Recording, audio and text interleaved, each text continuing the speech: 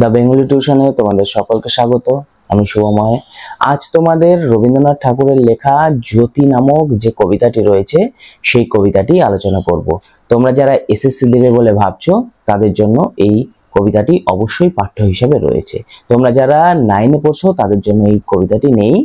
তো 9-এর বই থেকেই আমরা সহায়ক পাঠ থেকে যে কবিতাটি রয়েছে সেই কবিতাটি আজকে আমরা আলোচনা করব। দেখো, প্রথমেই বলে রাখি জ্যোতি কবিতাটি রবীন্দ্রনাথ ঠাকুরের লেখা। রবীন্দ্রনাথ ঠাকুর সম্পর্কে আমরা কম বেশি সকলেই জানি। রবীন্দ্রনাথ ঠাকুর সম্পর্কে আমাদের বেশি কিছু বলার প্রয়োজন নেই, তবুও রবীন্দ্রনাথ ঠাকুর সম্পর্কে আমরা সামান্য একটু বলে নেব যাতে তোমাদের সুবিধা হয়। তো চলো প্রথমে রবীন্দ্রনাথ ঠাকুর সম্পর্কে সামান্য একটু আমরা জেনে নিই, তারপর আমরা কবিতা বিশ্লেষণে প্রবেশ করব।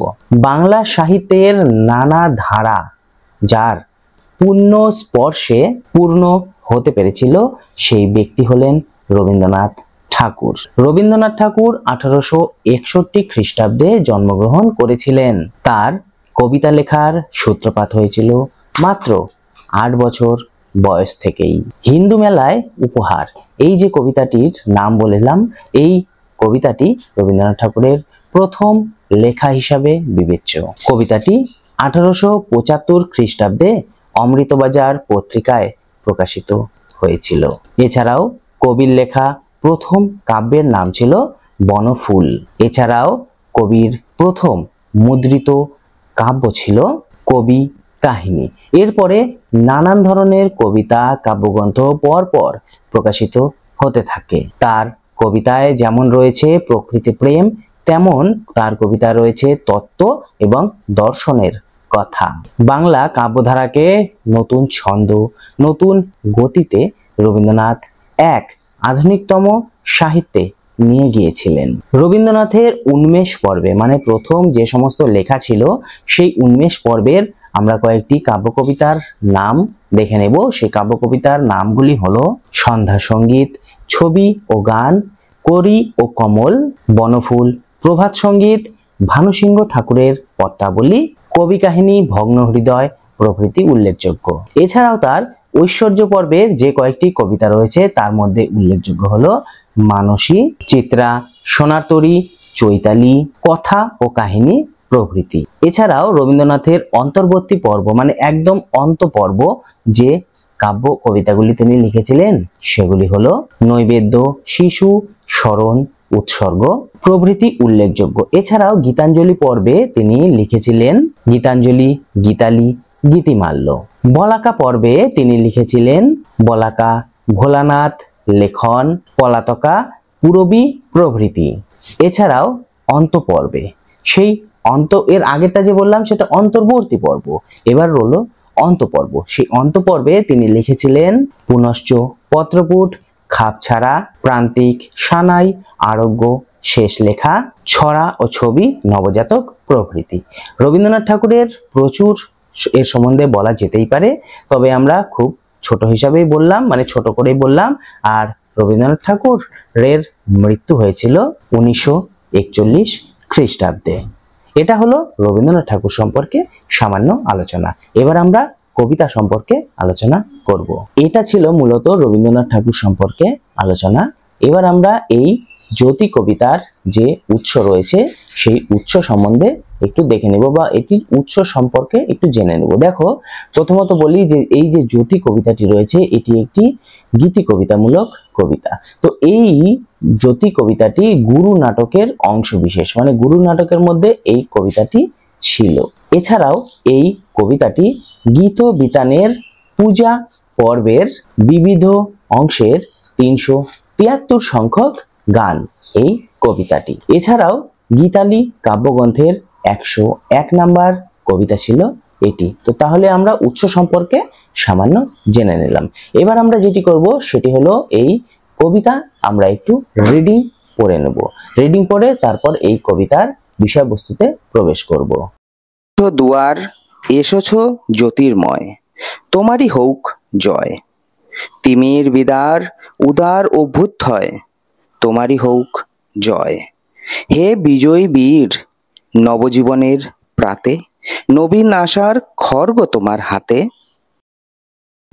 আবেশ কাটো সুকুঠার ঘাতে, বন্ধন হোক ক্ষয়, তোমারই হোক জয়। এসো দুঃসহ, এসো এসো নির্দয়, তোমারই হোক জয়। এসো নির্মল, এসো এসো নির্ভয়, তোমারই হোক জয়। ভাত সূর্য, এসেছ রুদ্র সাজে, দুঃখের পথে তোমার তুর্য বাজে। অরুণ বহ্নি জ্বালাও চিত্ত মাঝে, মৃত্যুর হোক লয়, তোমারই হোক জয়। দেখো, এই যে গীতি কবিতাটি, এই গীতি কবিতাটি রবীন্দ্রনাথ ঠাকুর গুরু নাটকের শেষে ব্যবহার করেছিলেন। আমরা সকলেই কম বেশি গুরু নাটক পড়েছি। গুরু নাটক হলো মূলত প্রতিবাদের নাটক। ভাঙনের মধ্য দিয়ে নতুনভাবে গড়নের কথা বলা হয়েছিল এই নাটকে। রবীন্দ্রনাথ ঠাকুরও তেমনি সংস্কার বিরুদ্ধ ছিলেন। তিনি এই যে সংস্কার আবদ্ধ বা মনে করো আচার বিমূঢ় সমাজের যে নানান প্রথা প্রচলিত ছিল, যা সভ্যতা সমাজ ও মানুষকে নিশ্চল করে দেয়, এই রীতি গতিহীন, এই রীতি মানুষকে জড়াগ্রস্ত করে রাখে, তার বিরুদ্ধে গর্জে উঠেই তিনি এই কবিতাটি লিখেছিলেন। এইটি কবিতা আমরা বলছি ঠিকই, কিন্তু এটি হলো এক ধরনের গান বিশেষ। এই গানটি নাটকের প্রাণভোমরা স্বরূপ কাজ করে তা রসোত্তীর্ণ হয়েছে।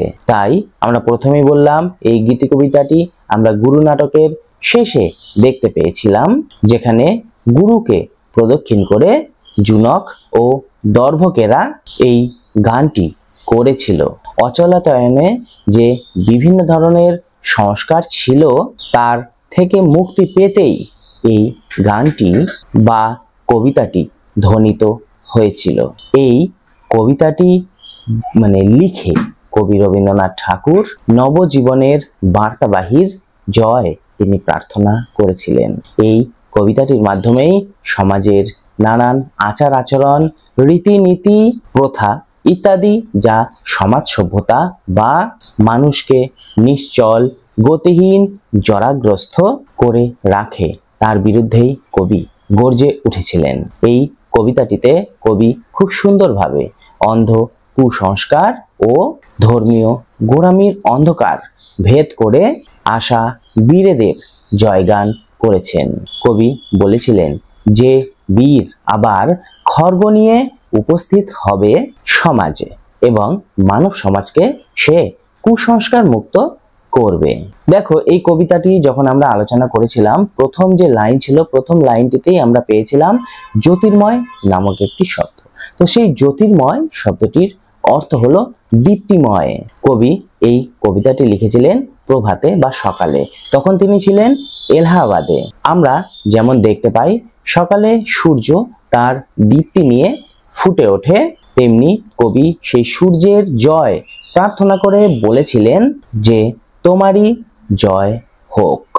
আসলে কবি এতদিন অজ্ঞানতায় ডুবে ছিলেন, তাই কবি এই কবিতায় মূলত জীবাত্মার সাথে পরমাত্মার একটি মিলন খুব সুন্দরভাবে দেখিয়েছেন।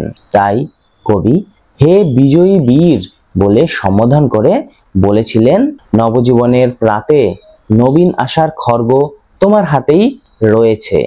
অর্থাৎ সমগ্র অশুভ শক্তিকে তুমি তোমার হাতে যে খড়গ রয়েছে সেই খড়গ দিয়ে এক কোপে বিনাশ করতে পারো।